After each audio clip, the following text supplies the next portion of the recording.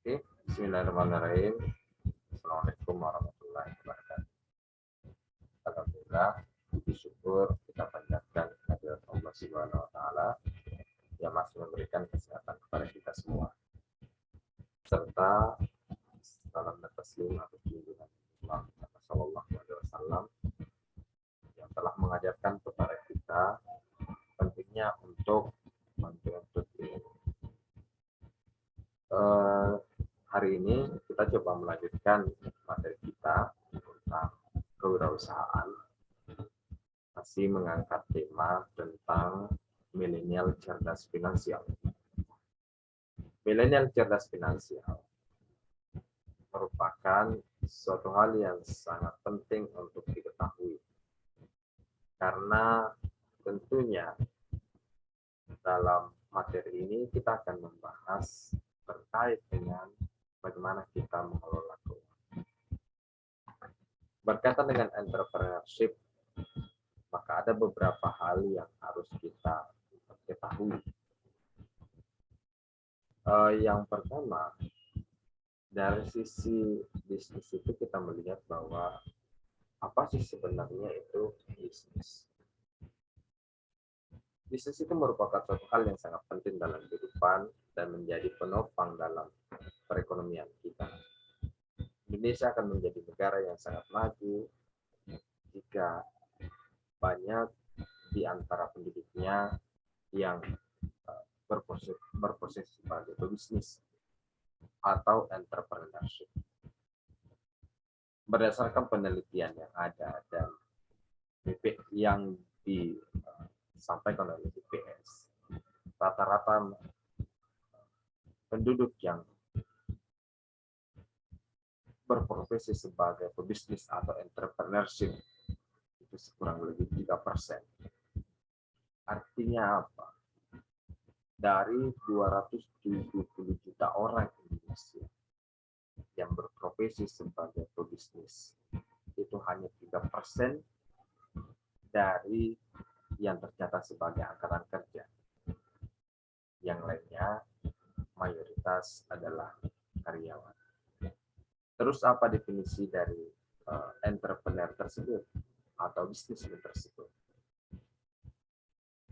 Yang didefinisikan dalam BPS adalah orang yang memiliki usaha dan memiliki karyawan. Itulah yang dimaksud dengan entrepreneur. Dan itu jumlahnya masih sangat sedikit. Masih 3% dari angkatan kerja yang ada. Yang menjadi pertanyaan adalah, saya ulang kembali, apa itu bisnis? Dalam pemikiran kita, tentunya kita akan menyebut bahwa bisnis itu adalah suatu usaha untuk mencapai suatu keuntungan. Ya, itu tidak salah. Dan kita bisa menjadikan itu sebagai salah satu definisi. Ketika kita menyebut bisnis, maka kita menyebut sebuah lembaga. Lembaga itu baik itu misalnya berisi dalam skala produksi rumah tangga ataupun dari skala secara besar. Intinya sebenarnya bisnis itu adalah usaha untuk mencapai keuntungan atau profit. Penggunaan keuntungan tentunya itu menjadi suatu hal pilihan bagi yang memiliki. Selanjutnya, kita melihat atau mencari untuk apa itu bisnis. Kita akan mengetahui bahwa mengapa orang memilih untuk berbisnis dan mengapa orang memilih untuk tidak berbisnis. Jadi yang pertama, yaitu adalah untuk apa bisnis itu. Saat ini, kita melihat bahwa bisnis itu seolah-olah hanya bagi orang tertentu saja. Karena hanya orang-orang tertentu saja yang memiliki pemikiran yang lain daripada pemikiran yang lainnya. Saya sangat sering mungkin mengkritik ketika kita kuliah hanya untuk bermimpi untuk mendapatkan pekerjaan. Kita kuliah hanya untuk mengatakan bahwa kita akan berusaha di sebuah perusahaan terkenal nantinya. Seolah-olah tujuan perkuliahan itu hanya untuk menjadi atau bermimpi menjadi karyawan. Dalam konsep bisnis ini adalah suatu hal yang salah. Seharusnya kita mencoba memulai pemikiran-pemikiran yang baru. Tidak lagi berfokus kepada pemikiran tentang bahwa kita akan mencari pekerjaan setelah kita selesai. Itu sunnatullah. Itu natural. Tapi penting untuk kita memiliki sebuah pemahaman baru, sebuah konsep yang baru. Konsep apa yang baru itu, adik-adik sekalian, sahabat-sahabat sekalian? Konsep yang baru itu adalah yang pertama. Bagaimana kita menganggap bahwa bisnis itu bertujuan untuk yang pertama adalah create a job. Persoalan bangsa kita hari ini itu adalah persoalan lapangan kerja. Orang-orang kebanyakan mengantri di perusahaan-perusahaan tertentu. Mengantri menjadi calon pegawai negeri sipil. Mengantri untuk menduduki posisi-posisi tertentu di sebuah perusahaan. Ya, karena memang kita dijajali bahwa kita kuliah untuk menjadi pekerja.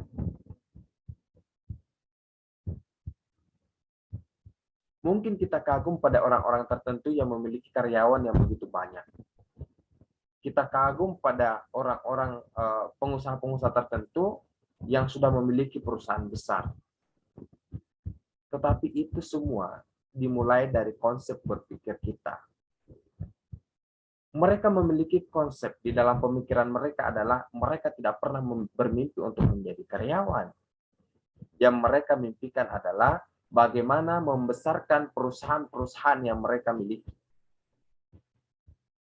Itu terbalik dengan kita.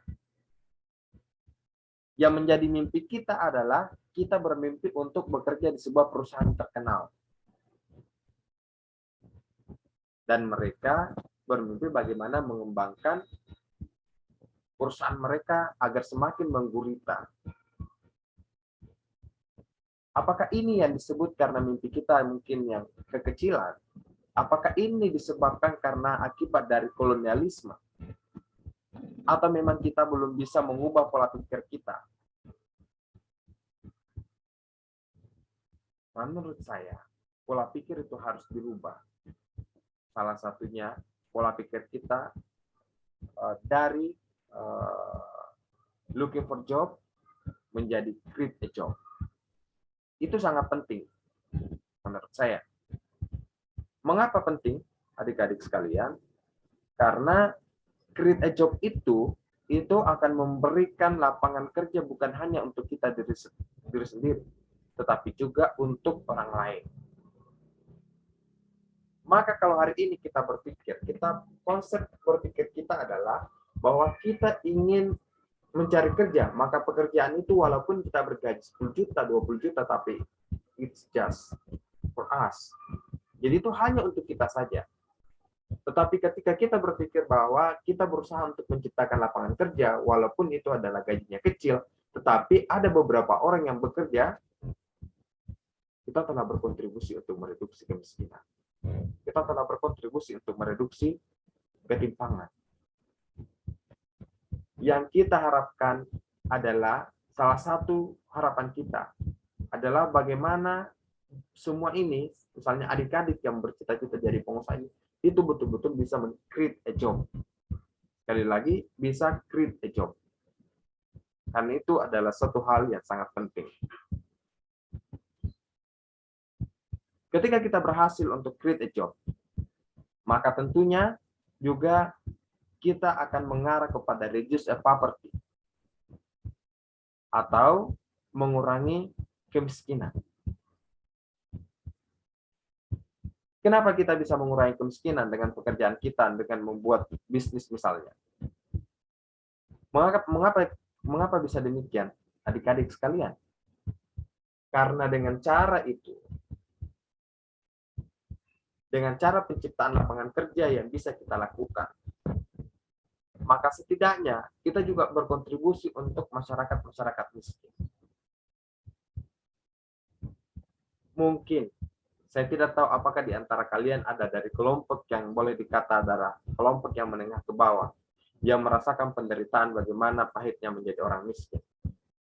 Bagaimana pahitnya ketika kita ingin membeli sesuatu dan tidak bisa kita beli.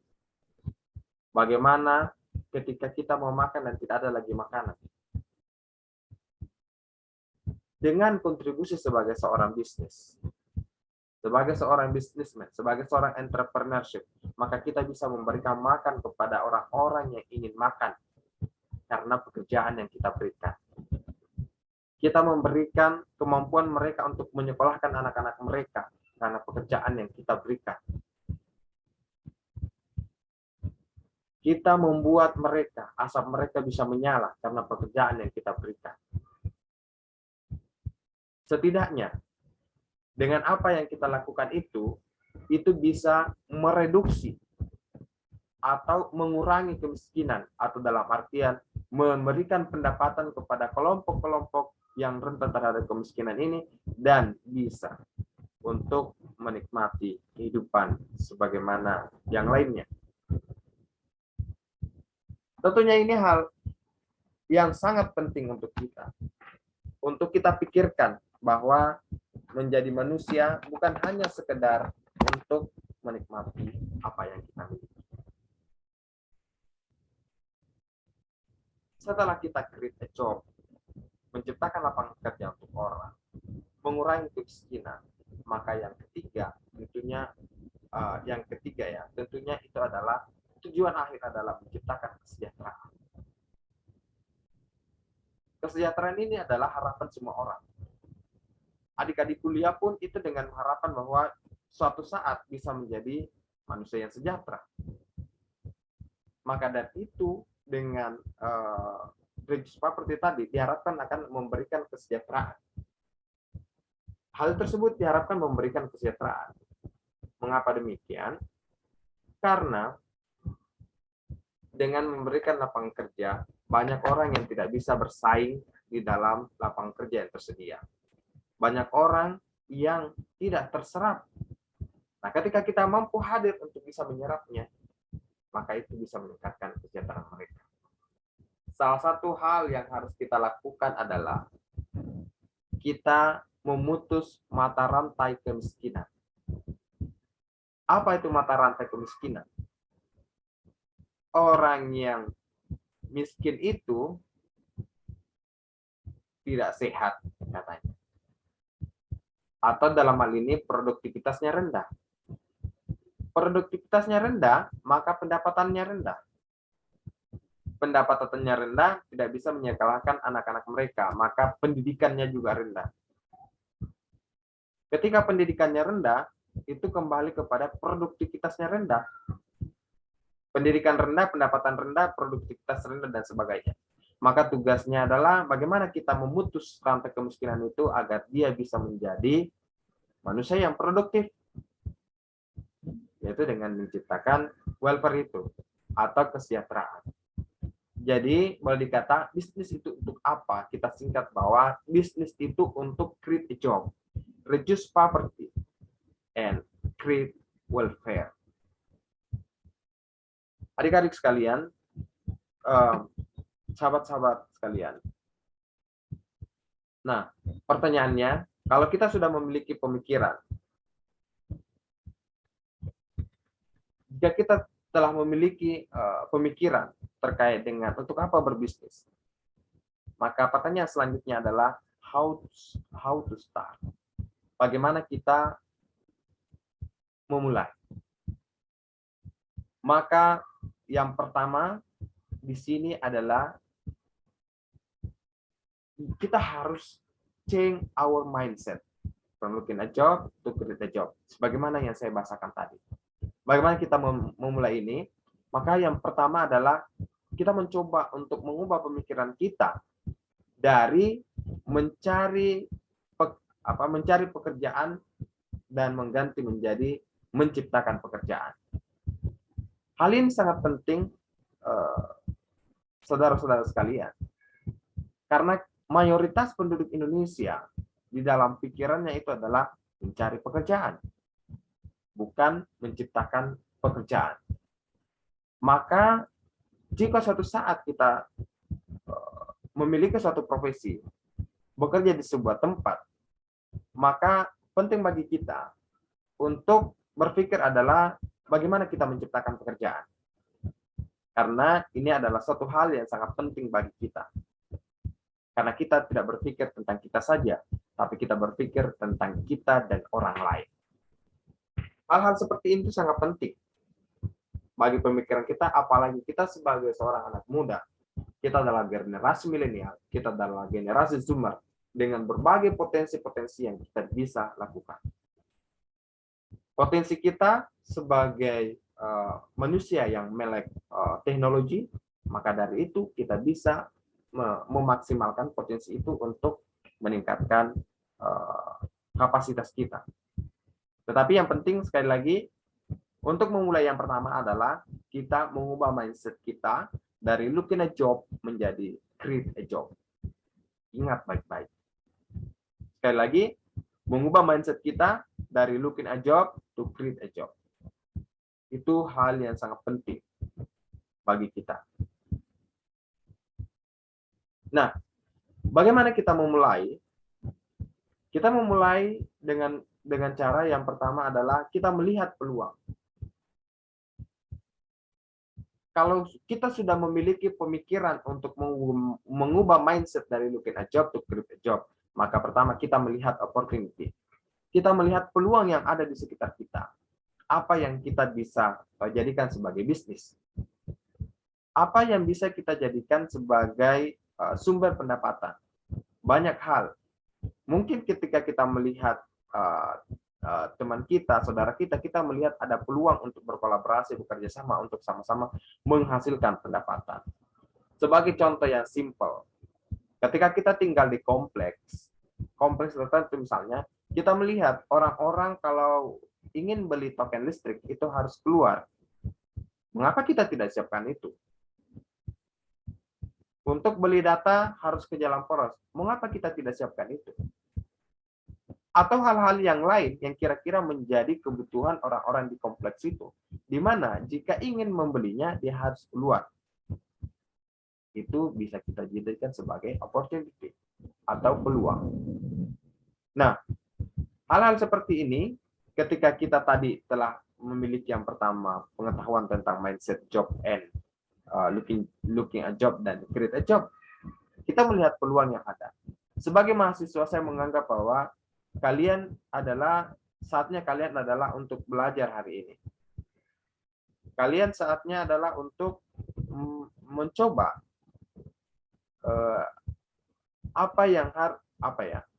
Kalian saatnya untuk mencoba entrepreneurship ini. Mencoba apa saja yang kira-kira bisa dijadikan sebagai bahan untuk entrepreneurship. Apakah jualan pulsa, token listrik, atau produk makanan, atau produk gorengan, atau produk kalau misalnya yang terkait dengan IT, misalnya dengan kripto atau saham dan sebagainya. Kalian adik-adik bisa mencoba itu semua. Adik-adik bisa mencoba salah satunya yang kira-kira yang mana yang bisa dijalankan. Atau misalnya mau bikin warkop, kenapa tidak? Kalau misalnya sudah bisa berani untuk bikin warkop, why not? Itu bisa dilakukan adik-adik sekalian. Tapi tergantung bagaimana kira-kira kemampuan adik-adik terkait dengan hal itu.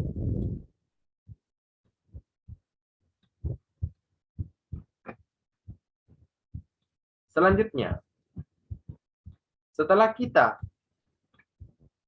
melihat peluang, maka tentunya ada pengetahuan-pengetahuan yang lain yang perlu kita ketahui. Maka kita harus get a new knowledge. Get a new knowledge. Ya, mendapatkan pengetahuan baru. Ketika adik-adik sudah memiliki semangat untuk menciptakan lapangan kerja dan sudah melihat peluang, apa yang mesti kita lakukan selanjutnya? Ya, selanjutnya adalah kita memahami pemahaman-pemahaman yang lain, seperti terkait dengan akuntansi, accounting, atau seperti dengan manajemen, atau dengan financial literacy. Kenapa kita mesti memahami akuntansi? Karena dengan akuntansi kita bisa tahu, kita bisa mengevaluasi perusahaan kita atau usaha kita, apakah berkembang atau tidak. Dengan akuntansi kita bisa mengevaluasi apakah modal yang kita gunakan efektif atau tidak. Atau juga bisa kita evaluasi apakah usaha yang kita lakukan ini bisa memberikan laba atau tidak. Tetapi itu harus tercatat dalam sebuah sistem akuntansi. Walaupun sistem akuntansi yang sederhana. Itu sangat penting adik-adik sekalian. Nah, selanjutnya adalah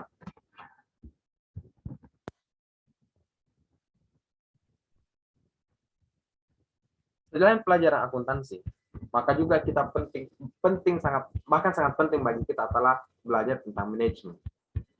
Mengapa belajar manajemen? Itu terkait dengan bagaimana kita merencanakan pelaksanaan, evaluasi, dan sebagainya. Jadi, atau berbagi tugas. Ini hal-hal seperti ini sangat penting. Nah, dalam manajemen ini kita belajar tentang bagaimana kalau misalnya sudah memiliki karyawan, bagaimana pembagian kerja. Bagaimana pembagian kerja satu sama lain agar usaha itu berjalan efektif. Misalnya ketika telah memiliki karyawan 2 orang, bagaimana kita mengelolanya agar semua bisa bekerja dengan baik. Kemudian selanjutnya adalah finansial literasi. Literasi finansial itu adalah bagaimana kita memahami untuk mengetahui efektivitas penggunaan uang. Efisiensi dan efektivitas penggunaan uang. Dari situ kita memahami bahwa yang mana penting dan yang mana tidak penting. Dari situ juga kita memahami bagaimana kita mengeluarkan uang. Jadi mindset itulah yang sangat penting dalam pikiran kita.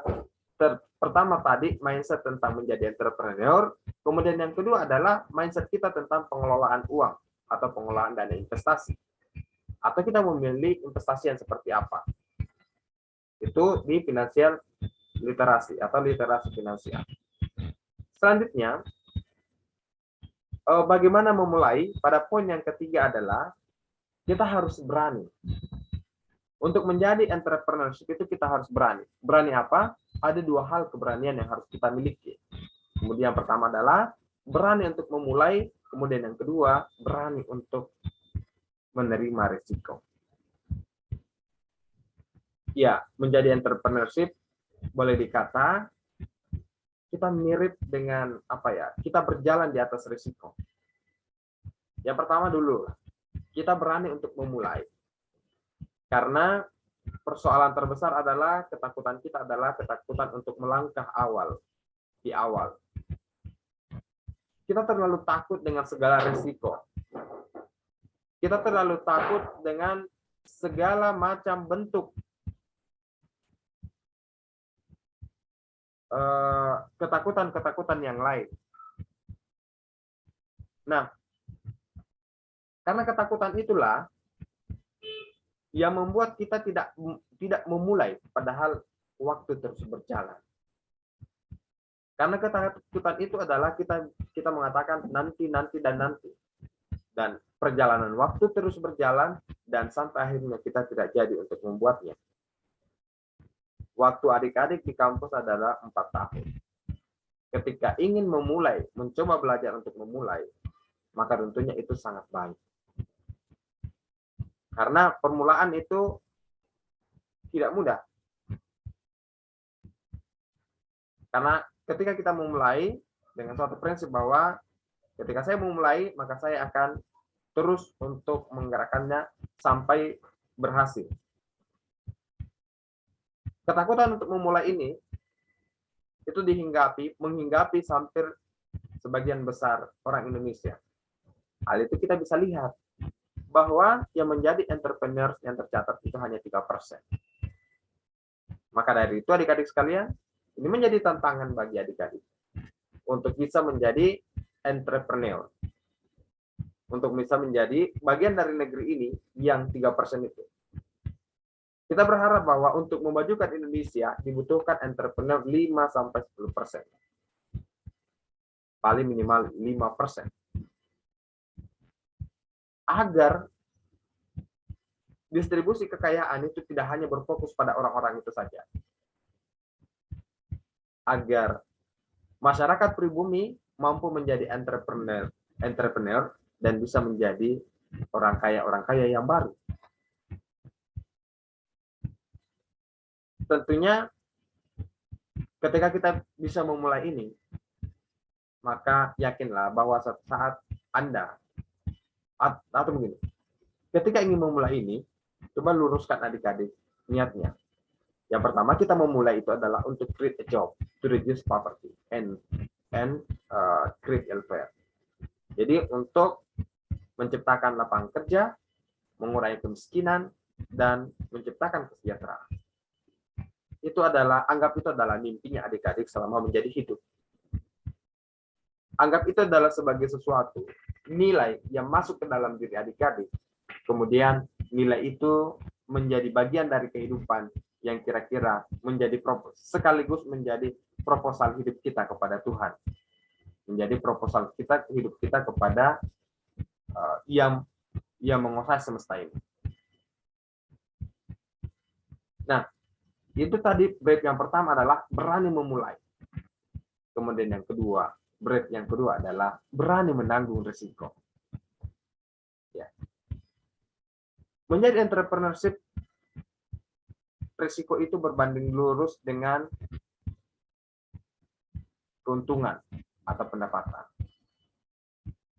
Atau yang biasa disebut dalam istilah investasi, high risk, high return. Jadi, semakin tinggi risiko, kemungkinan pendapatan kita itu semakin besar. Semakin rendah risiko, maka kemungkinan pendapatan kita semakin kecil. Dalam kehidupannya adik-adik, jika menganggap bahwa dirinya ingin berjalan sebagaimana biasanya, mengalir dan sebagainya, maka saya yakin hidup adik-adik akan ditentukan oleh arus. Tetapi ketika adik-adik mencoba mengambil resiko, maka bagi adik-adik ada dua kemungkinan. Yang pertama, tapi kemungkinannya adalah kemungkinan besar bisa untuk bertaruh. Karena sudah terbiasa dengan resiko. Jadi misalnya seperti ini. Adik-adik ini mencoba mengambil risiko untuk menjadi entrepreneurship. Risikonya apa menjadi entrepreneurship? Risikonya adalah kita bisa rugi ketika kita menjalankan usaha kita. Dan juga kita bisa untung sebanyak-banyaknya dalam proses perjalanan itu. Tetapi misalnya kita telah memiliki produk, kemudian produk kita laku, laris, tiba-tiba ada pandemi yang membuat produk kita anjlok dan jatuh. Ini adalah salah satu risiko yang mesti dihadapi. Jika kejatuhan tersebut, itu adalah dan mungkin membuat kita bangkrut atau membuat kita berutang dengan semakin sekian banyak, maka itu adalah yang harus dihadapi. Tetapi di balik itu, bahwa kita telah melakukan tindakan-tindakan mulia. Tindakan-tindakan mulia seperti apa? Ya, tindakan mulia yang kita lakukan adalah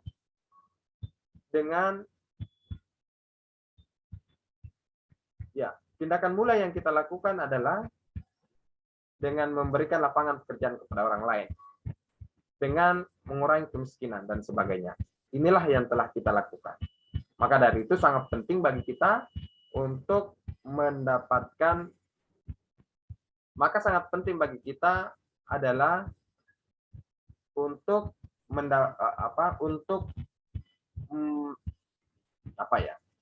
sorry, saya kurang konsentrasi.